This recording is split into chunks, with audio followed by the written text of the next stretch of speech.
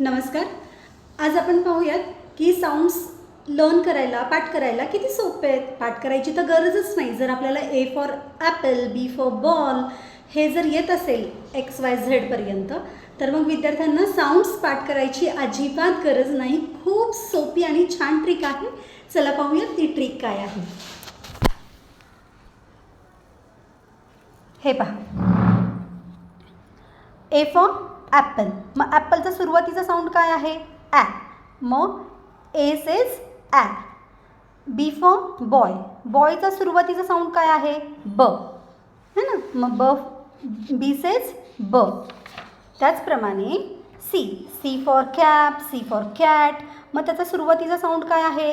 क. क ॲप, क ॲट. मग सी सेज क. तसंच डी. डी सेज ड. ड्रमचा सुरुवातीचा साऊंड ड. डॉगचा सुरुवातीचा साऊंड ड. हे बघा, capital E, small E. E says ए. एग. एगची सुरुवात काय? सुरुवातीचा साऊंड त्याचा लक्षात ठेवायचा ए. मग ई सेज ए. तसंच एफ. एफ सेज फ न म्हणता फक्त साऊंड काढायचं आहे. Okay. Next G. G for grapes, G for girl. मग ग्रेप्स आणि गर्लचा सुरुवातीचा साऊंड काय आहे? ग.